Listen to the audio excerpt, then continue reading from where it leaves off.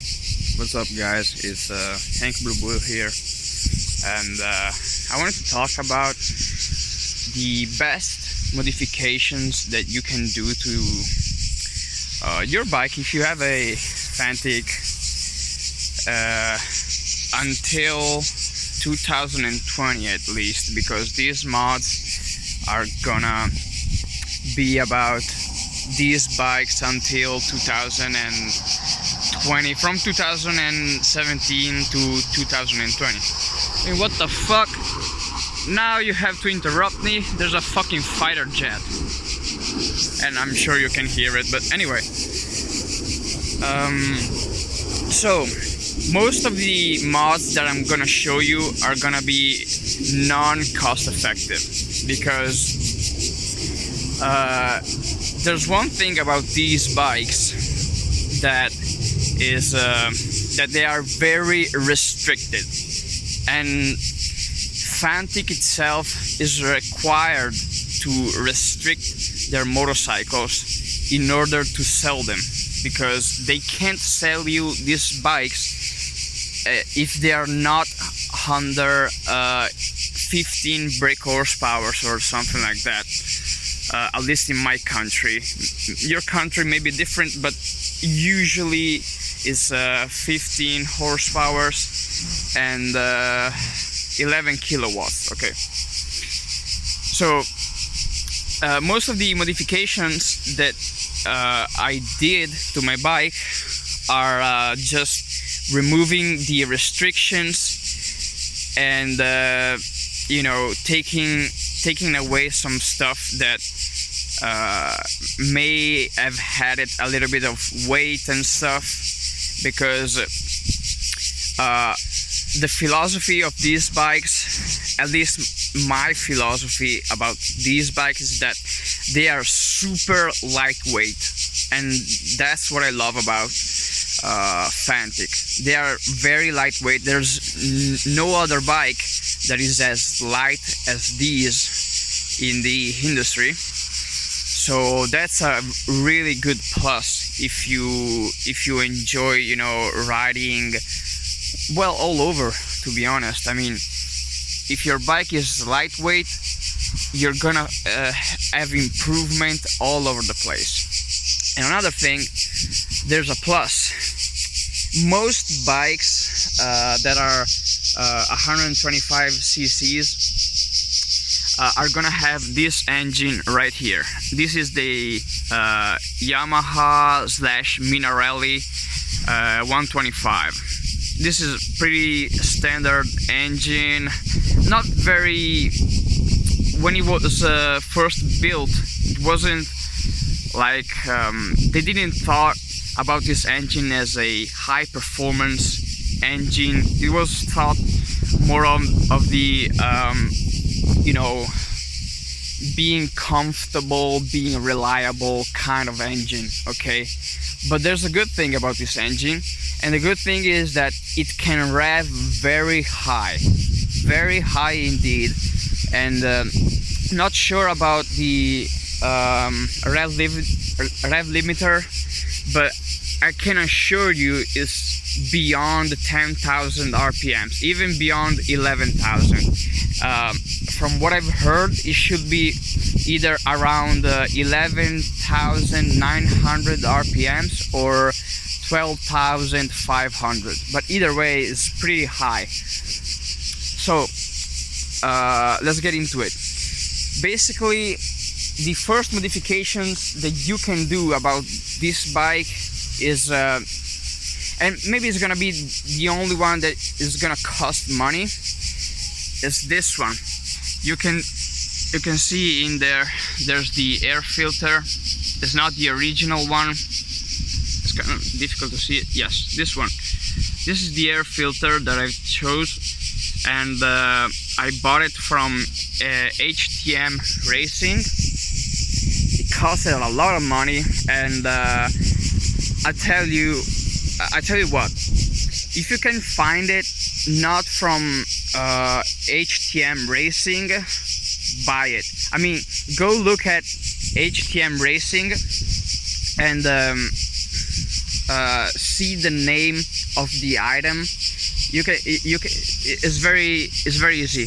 Go look for this filter on their site and then try to find it on another marketplace or something like that, because a friend of mine bought it for 20 bucks and you know, it's a very good air filter, but it is not worth like 60 bucks as HTM tries to sell you. So anyway, the first modification you can do is that one, and the second one is always about the intake. And as you can see here, this is the intake manifold. Okay, this big plastic thing. This is the intake manifold. Okay, underneath that there is the air box. This one is your air box. And underneath the filter there's just a little screw to screw out the filter from its place. There are 4 holes, okay, that feed the air into the intake manifold that then goes into the carburetor. Okay, there are 4 holes that originally are very small. Okay, once again, this is because they have to restrict these bikes. Okay, so more air going into the engine, more fuel you can burn, so the power goes up. So they restrict the bike by making these holes smaller. Okay, so the best thing you can do, if you have like a they're called Dremler, they're like little drill, little handy mills. Okay, you can take one of those and just open up those holes. You can take a marker and like draw the line of where the of what the air filter diameter is, and then you can drill until that line or a little bit lower than that, so you know that your air filter is still gonna filter the air, but the holes underneath it are gonna be bigger, so therefore you can burn more fuel because you can intake more air. Okay, so you can put more air into the engine can suck it more. And yeah, I mean, it's a pretty good modification because intake and exhaust is the best thing you can do about these engines. Okay, so you can do that. And the other modification that you can do, and this one is gonna be a lot of you are gonna like this one, okay, because it's about the exhaust. So here you go, you got the standard exhaust. I didn't buy a Scalvini or nothing fancy like that because in my opinion, either okay, I don't have the money for it, and second of all, the standard exhaust, not only it looks sick, it's also very well made, it's very light, and it sounds sick too. And what I did about the exhaust is that I took the cat out of it. As you can see, I took it out and I welded it back together. So as you know, these bikes are maybe you don't know it, but they have 2 cats. Okay, one is inside this this kind of cylinder, okay, and it's the biggest one, and if you can get rid of that, it's gonna make a pretty significant difference. Okay, because the engine is trying to pump air outside the cylinder, and if there's a restriction inside of the exhaust, it's gonna struggle. Okay, so taking this out of the equation makes you since you've already laid your hands on the intake, now you can intake way more air. The engine is gonna burn more fuel, so therefore it's gonna try to pump way more waste gases into the exhaust. Okay, and if you have a restriction there, the engine is gonna struggle. So you want it to be as clean as possible in order to make sure that everything you're burning is going through the exhaust as smooth as possible. Okay, so there's one cat here, and then there's another one at the beginning of the exhaust itself inside here. So you have to drill these things, and you open it up. You don't have to drill these ones, okay? These ones, don't drill them. You have to drill just the aluminum ones around here. These ones, there are some over there as well. But anyway, oh, sorry guys if the focus is gonna go away sometimes, but this phone is just unbearable. But anyway, there's a cat inside here that I removed, as well as this one, and then there's the DB killer inside of the exhaust that I removed as well. Not only it sounds good, but it's also very good for the engine. Trust me, you notice the difference. If you do this thing about the intake and then you do the exhaust system as well, you're gonna notice the difference. Okay, but another thing is that if you do these modifications, there's one thing that's gonna happen. Okay, so these bikes, when they sell you these bikes, the carburetor is not rich at all. It's very poor in fuel. Okay, so the best thing you can do if you do these things is to up the jettings of the carburetor by quite a bit, to be honest. In my case, since I've done a shit ton of modifications, well, not a shit ton, the ones that I told you about, and a few others that I'm gonna tell you about. Basically, the thing that you have to do if you want to do it yourself, okay, you just have to unscrew these things right here. As you can see, there's a bolt there, and there's one on the other side here where the air intake connects to the carburetor, and the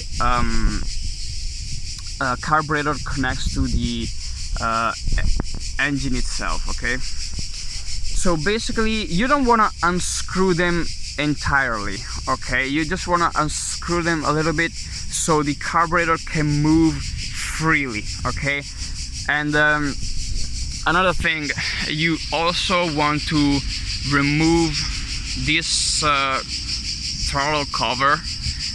So you take the screw, you screw it out, you screw out these things, you remove the cables on the throttle body, and basically what you want to do is take the carburetor and just move it. Okay, you roll it out in order for the underneath part of it, this one, to face that direction. Okay, that direction. So when you do that, you go here, you remove the this kind of carter that is underneath the carburetor. I don't know the term of it. you remove it, and then you can adjust the jettings underneath it. I mean, if you have never done this, if you don't know how to, if you don't want to fuck it up, I mean, it's a very easy thing. But if you don't want to fuck it up, you just buy the jettings. You just buy the new jets, and you bring it to a mechanic. Is gonna do it in probably half an hour, not even that. So it's not very hard. My advice, if you do the intake thing, as well as the exhaust, the jettings that I'm gonna recommend you are gonna be between 130 to 135, okay? But it depends, because in my case, not only I straight pipe my bike, I've also cut away the exhaust fume recycle. Okay, so many of you probably know this mod already. Basically, here there's a little piece that I welded there that used to be a little metal pipe that goes until here, something like that, and then there's a rubber tube that goes into the into the fucking airbox. As you can see, there's still the hole in it. I'm gonna put some tape over there because I don't want to have this all open. But anyway, basically this system works that where the exhaust fumes go into the intake again, and is gonna fuck up your performance. I mean, you don't have to be an expert to realize that if you burn clean air, the engine is gonna go faster. If you burn already burned air, it's gonna fuck up your performance. I mean, that's pretty clever. And not only that, there's also another cable that from the exhaust goes into a like a metal sort of thing that is attached here. If you have your bike, you can see it. My engine doesn't have it anymore because I removed everything to save weight, to get rid of those things, man, because they sicken me. And there's also another cable that from the exhaust goes is this one, goes straight into the engine. Okay, goes past the carburetor and goes straight into the engine itself. Okay, so this one, I mean, it's pretty easy. You take a screw, you put it in there, of course you cut the cable, you put it in there, and you're done. Okay, I mean, you don't have to do all this. You can simply just take out the rubber tube from the exhaust, and you can put a screw in it, or something in it to block the airflow, and then you put it back together and you're pretty much done. But since I want to remove every bit of weight that is in excess on this bike, I just removed everything, and you know, I don't care. It works best for me, and in my opinion the exhaust manifold looks way better without that system on it. And yeah, I mean, basically these are the modifications that I would say are the best for your bike. And I also did these. Okay, I opened up the what's called the airbox from the side, because The standard airbox have like all little holes in it. They are all closed, okay? A friend of mine that works at Fantic said that when they wanna put one of those bikes in a race or something like that, when they wanna use it for a track day or something like that, they open up those holes with a drill, and they put like something like this on top of it, and to improve the airflow on the filter. Okay, so I wanted to do that, and I just put this little thing on top of it.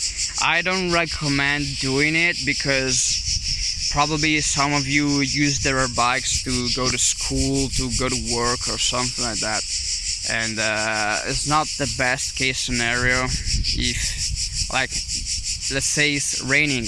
Okay, I wouldn't risk go out in a rainy day, so that possibly rain goes into the fucking air filter and the bike fucks itself up.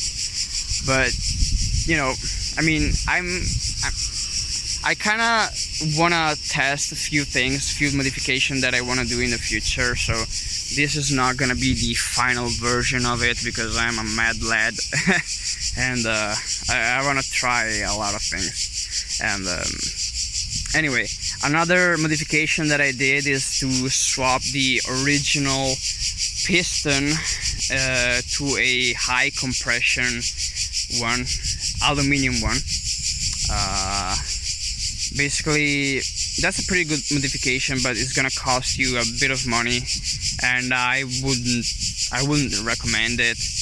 Because I did it because this engine has a lot of kilometers on it, a lot of them, and yeah, it was time to change. I mean, this is the original piston from this bike. Why don't you fucking focus? As you can see, man, this is pretty much yeah, as you can see, it's pretty old. And it was starting to fail a little bit. It was starting to be a little bit beaten up by all these years of riding, you know. So I decided, I mean, let's fucking change it. And I have to say, I've changed it, and it's going pretty well, way better than before. But anyway, these are the modifications that I would recommend for you guys if you wanna make the best out of your bike. Because after all these modifications, my bike used to do 112 kilometers per hour. Now it does 130 to 135. Okay. Oh, and of course, with all of these modifications, there's always our friend, the B5 cable, that probably is the best mod that you can do. You just have to unscrew the saddle and just cut the cable. I have the video of it on my channel. That is the best modification you can do. You just have to cut the fucking cable and the bike is gonna go nuts. The bike is gonna rev a lot higher and you're just gonna have a lot of fun with it. And if you do all the rest too, you're just gonna improve everything. Like, for example, when I cut the cable the first time, I still had the exhaust with everything stuck in it. I just had the, if I remember correctly, I didn't even have the air intake done. I just had a few mods, but that was it. And by doing that, I remember it was doing 127 kilometers per hour, and now with everything else done is doing over 130. But the really good thing that changes is the acceleration, man. It really goes way faster under acceleration, and you really notice the difference. I'll tell you that much.